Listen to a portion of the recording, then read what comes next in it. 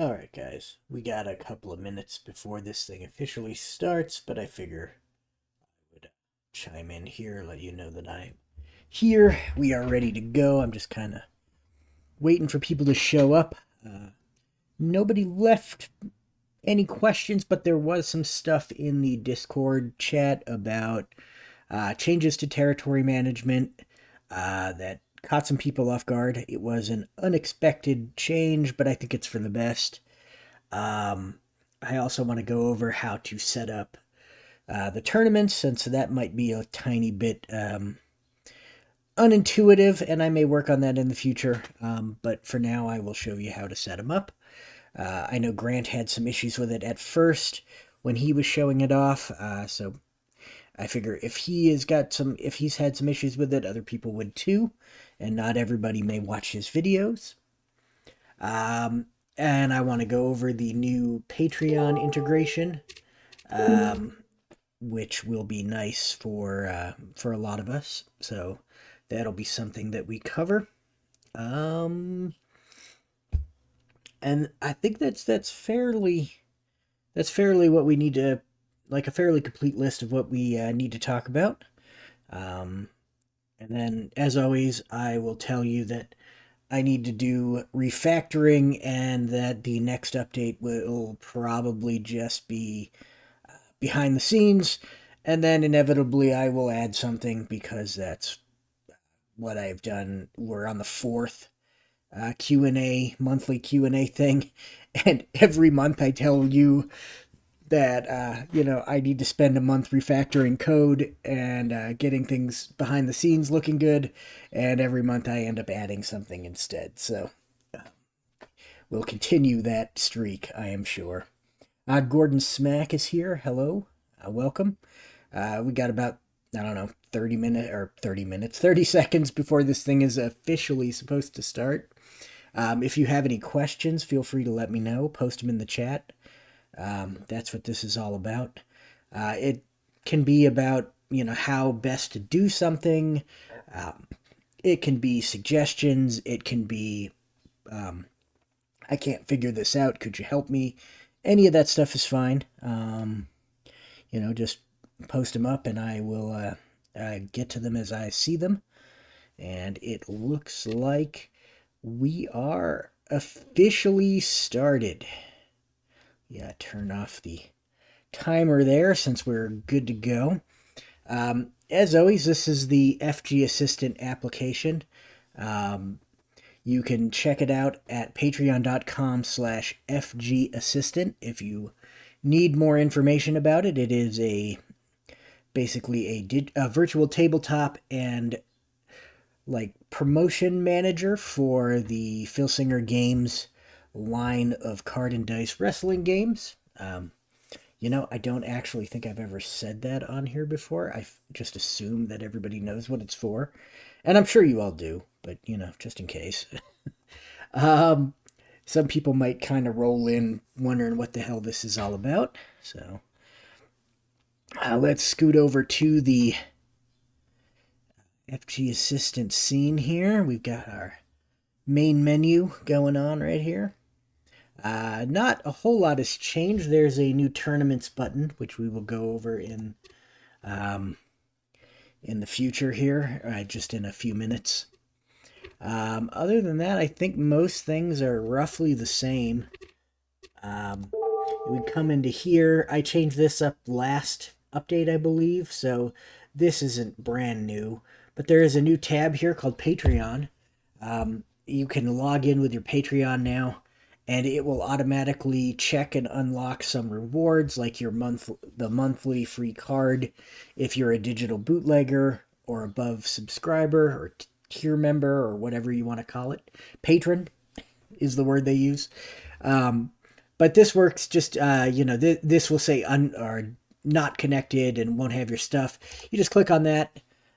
It's going to bring up, let me go here, I will show you. It'll bring up this screen here that will ask you if you'd like to connect. You hit yes or allow, and it will say connected, and then you come back in here, and that will be connected. So that is how that works. And once you're connected, it will check for rewards. It will download the monthly card. If you are a digital bootlegger, what is it? A digital bootlegger plus or above, it will have a little thing down here with all of the like the bonus cards, the archive. It doesn't include the bootlegs of wrestling things because it will automatically install those for you. If you are, a Digital Bootlegger Plus member or above, it will check and see if you have them installed, and if you don't, it will install them automatically. So that's one of the new things that I added just to try to make things a little easier. If you hit F1 here, you can see that it will say finish checking Patreon rewards. And it will create a token for you, so you won't have to do this every time. I think the tokens expire about every month. So the token should last a month, and then you'll have to log in again. So that's how that works. Other than that, let's see, what else did I change up? So the territory management is different now. Previously, you could create venues and promotions in here. I have removed that. They are back here.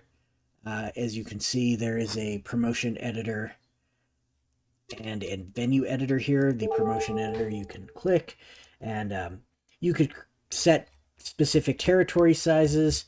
You can add them to everything in the world region, or you can, if you check this, it will add it to all territories.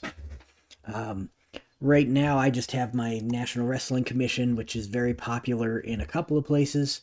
It's an institution in New York, and it's unpopular in California and Illinois, who have their own broadcasting stuff. They broadcast nationally from on the different stations, just like they did in real life.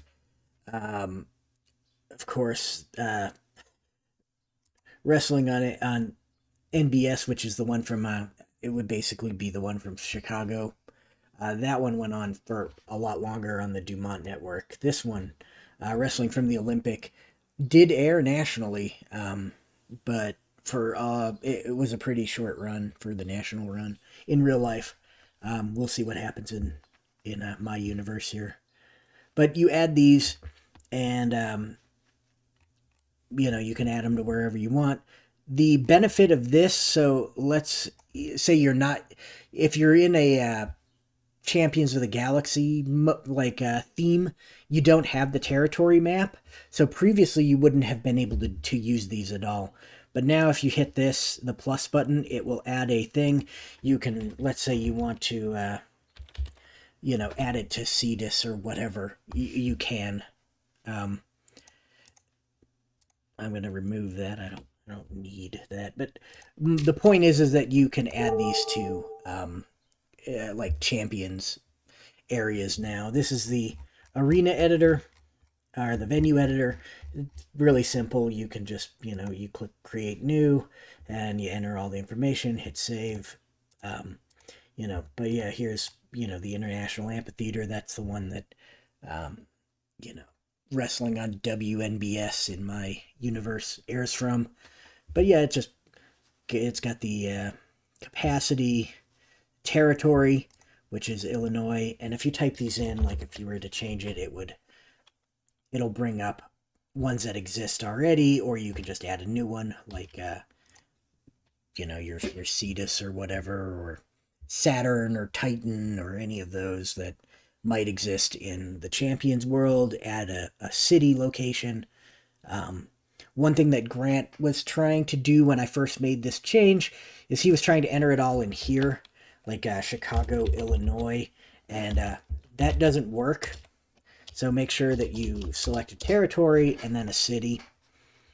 And this will accept, like if I type in IL, it'll bring up Illinois. It does recognize the state codes, but then you have to actually click on it to make it Illinois. So please do that, otherwise they won't work. And you can upload these and download these from Mod.io. If we go into Mod.io, you can see that I have uploaded a bunch of them. The Omni, the Sportatorium. The pictures are a little ugly. They don't exactly scale correctly, but you know, small thing. But they're up on Mod.io for people to download, and you can share your own. So yeah, that's what's going on with the promotion and venue editor now. And as you can see, those end up, if you click here, they end up in the venue and in the promotion. So you can still book matches from here by clicking on them and going to book event. That does still work. I know one user was having some issues with that, but if you do create them in the other thing, the other editors, and then check in here, they will still work. So you can go ahead and do that.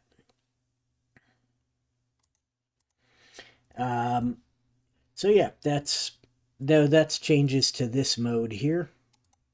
So let's go back out. And then, of course, the really big thing that was added, a lot of people have been asking for this for quite a while, and I finally, decided to give it a shot and add it if possible, and it was possible. So these are tournaments. You can now have tournaments going on. You can't book them on your events in, like if I was to do this, let's go tournament options, main menu. I am not a UI designer at all. So I apologize for like the million different styles of UI. Some of them have like the toolbar, some of them are these weird panels. I know it's not great, but again, I'm not a UI designer by trade, so you can't book them in here.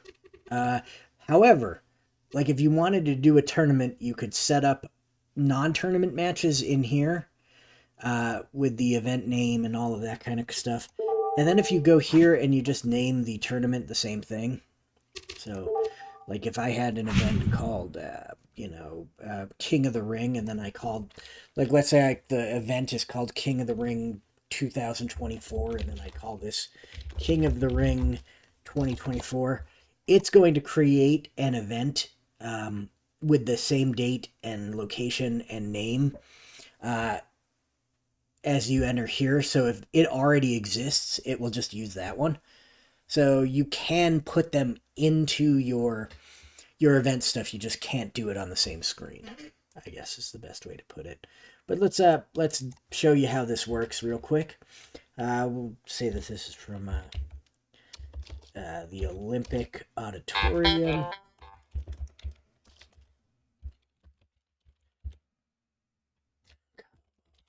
Los Angeles,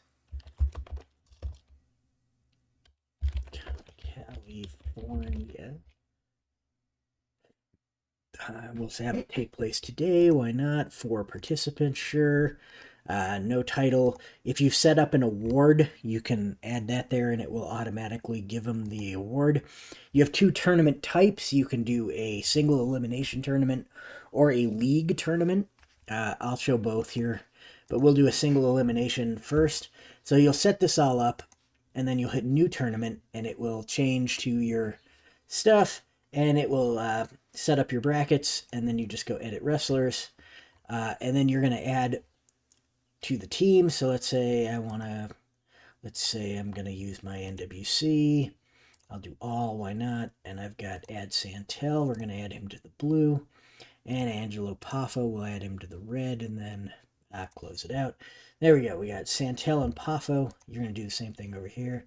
Let's say this one is going to be, go with Bill Longson and Billy Varga, why not? And so yeah, you could do that.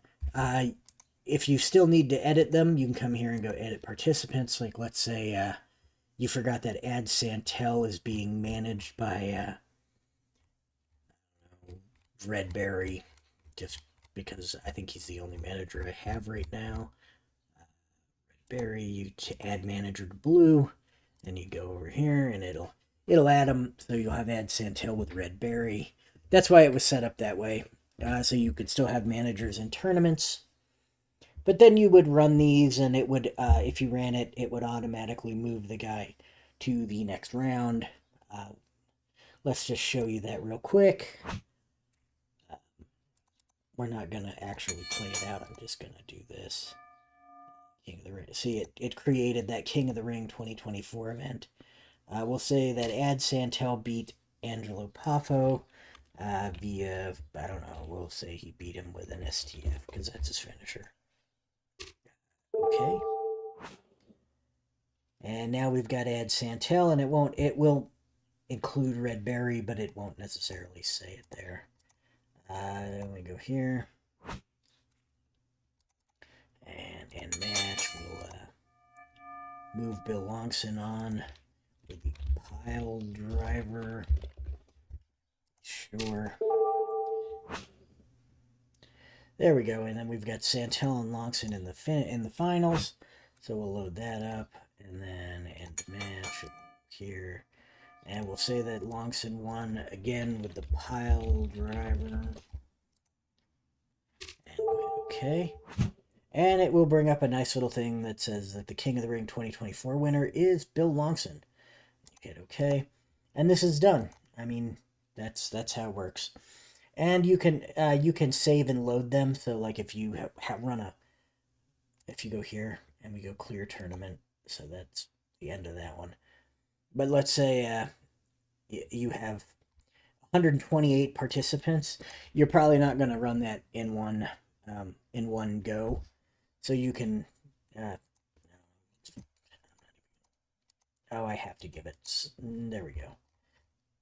And so, like, if you were to set up a couple of things, like, let's say we got Too Cold Scorpio and Abdullah the Butcher, and we clear this out. And then we're like, oh, we've got no time for this, so we can save it. I'll call this test. Save. And we'll go back to the main menu just to kind of show you that. Oh, it's going to save it anyway. We'll go to tournament options here. I want to show you that this saves and loads. So it will always save in between things, sort of like your book and edit event does, where it doesn't clear if you go back to the main menu. But let's go to the tournament settings. We'll purposely clear the thing, and then we'll go load tournament, and we'll load up test. It's going to take a second because it's a big tournament. But you can see that it's saved our data and everything, so we can continue to do what we were trying to do. So you can have multiple tournaments going, that kind of thing. And now I'll show you the league tournament. So we select league, and we get this new box over here, league participants. And let's say we're going to run an 8-man league. No title, no award. We'll call this League of Champions. A place. There we go. And then nobody's awarded a title or anything. We're just going to hit add participant. So this does not add all of your participants. You don't want to try to like add all 8 here. This is a single participant. I have this because of the manager thing. So like let's say I wanted to add Abdullah the Butcher, and he's going to be managed by Abdullah Farouk as a manager. We're going to hit finish and add to league. It's going to be weird because this is too long and I haven't accounted for that, but you know, that's minor. And then let's see, Too Cold Scorpio is in. Finish and add to league. But this is how you do it. You add all 8 of them. We'll add Fit Finley. That's 3. We'll add Kevin Sullivan. That's 4.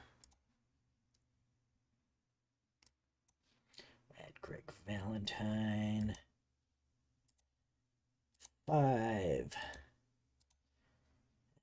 see, who else are we going to add? Evan Lewis. Sure, we'll add Evan Lewis. 6. So down here, we'll add Ric Flair. Why not? I have so many Ric Flairs. I don't even know which one to add yet. We'll go with that one. I don't know which one this is, but this is Ric Flair we're adding. So there we go. 1, 2, 3, 4, 5, 6, 7. We need one more. We'll add Larry Hennig. There we go. So now we have our 8. We can go ahead and hit new tournament. And it will set up our block. We can move it around with the mouse, just dragging it around. So, we've got Abdullah the Butcher with Abdullah Farouk, and it will have him versus everybody. And, let's say we run this versus Too Cold Scorpio match. Yeah, there we go. And this, and we're just going to say that Abdullah the Butcher beat him with the Sudanese meat cleaver. There we go.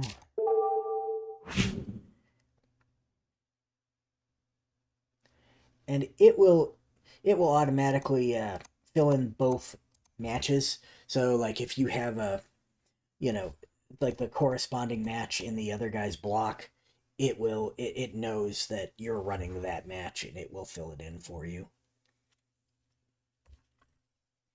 Currently, you cannot adjust the points. A win is worth 3 points, a loss is worth 0 points, and a draw is worth 1 point each. I found that works best for these sorts of tournaments, for these league type things. But it's not currently adjustable. I mean, it wouldn't be hard to make it adjustable. It wasn't something that I felt like needed to be done, so I didn't do it.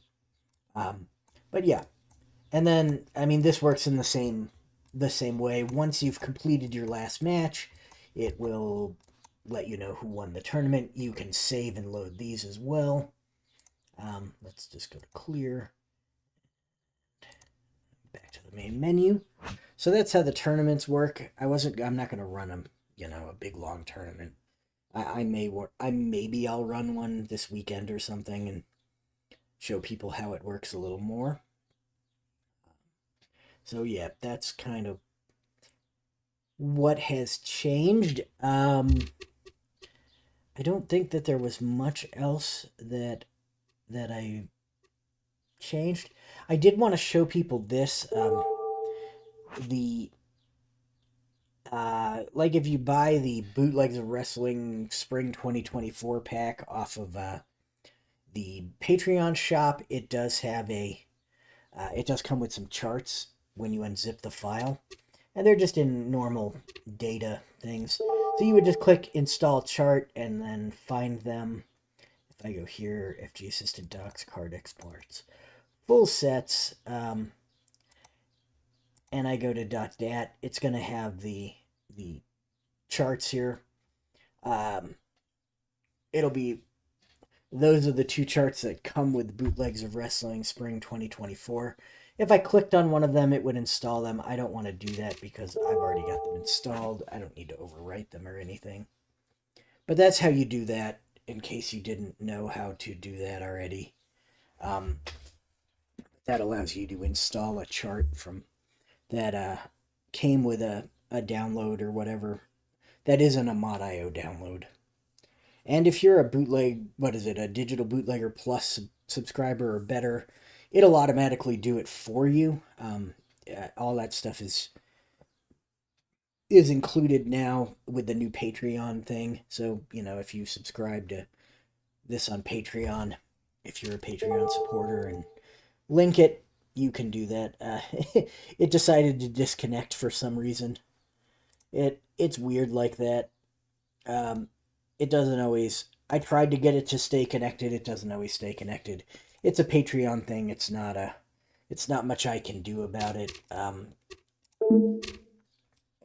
Well, really, it's a Unity plugin thing with Patreon. It's on the Unity plugin, their API side, not not necessarily on Patreon side. But yeah, so that's that. I don't think I have much else to show off, so unless anybody has any questions, this might be a short one. give it a few to see if anybody has any questions or anything. I added a few things to the, if we come into all-time records, I did add a couple of things in here. You can now track the longest combined reigns. So this will tell you how long the longest person to hold the title for each of your titles. So we've got my NWC World's Heavyweight title. Ed Lewis has held the title for 2 years and 221 days over his 3 reigns. William Muldoon, he is the NBBW World's Junior Heavyweight title. She's held the title for 6 years and 153 days over 1 reign. So he's just been a beast. And it tells you right here that the current champion's reign length is based on the last defense. So it'll be from when he won it to when he last defended it. So if he hasn't defended it in a couple of months or something, the reign will be off by a little bit until he loses it. But, you know, no real big deal. Let's see here. I got the same thing for shortest reigns, so you can check and see who held it for the least or, you know, lost it the quickest. And then we've got the most combined defenses. So you can see that my guys only defend the title once every 4 months, so 3 times a year. And so he's got 5 defenses over 3 reigns, 21 defenses over 1 reign, etc.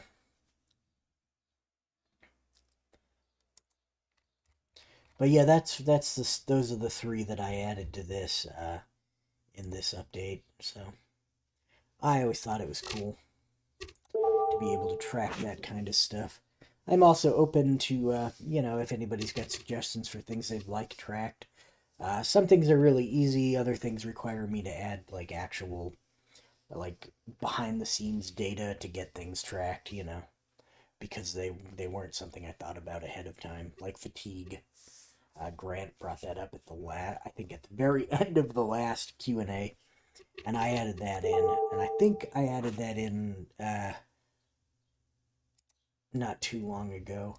But yeah, I mean, it just tracks your fatigue, so like if there's a guy who has had matches with me, Ed Santel, he's got 105 accumulated fatigue. You can change that.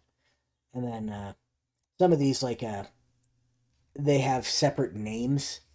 So like this Ace Orton card, this is the black and white version of Bob Orton Jr. And so you can link them. So like if Bob Orton Jr. gets a point of fatigue, Ace Orton will get a point of fatigue, if that makes sense. So it links them in that sense. It does not link them in any other way, injuries or any of that kind of thing, not in wins and losses or anything. I figured people would want to keep that separate because sometimes, you know, you don't mind it tracking the fatigue, you know, across multiple things. But, you know, the Trooper and Del Wilkes, the Patriot, are separate entities in a lot of people's minds, and so their wins and losses and things should be separate as well. But yeah, I forgot that Yukon Eric was injured.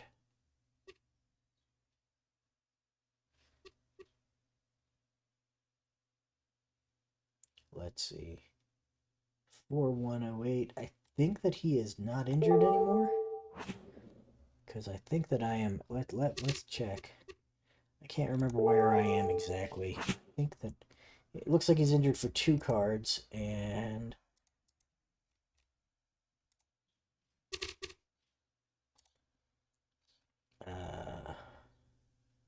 4-1. So no, he's got 1 more card. And also, I am going to go here and select this one and close it. And I don't want either of these. Delete event. Yes. And we'll go here, and we'll go delete event. Yes. None of those should go. There we go.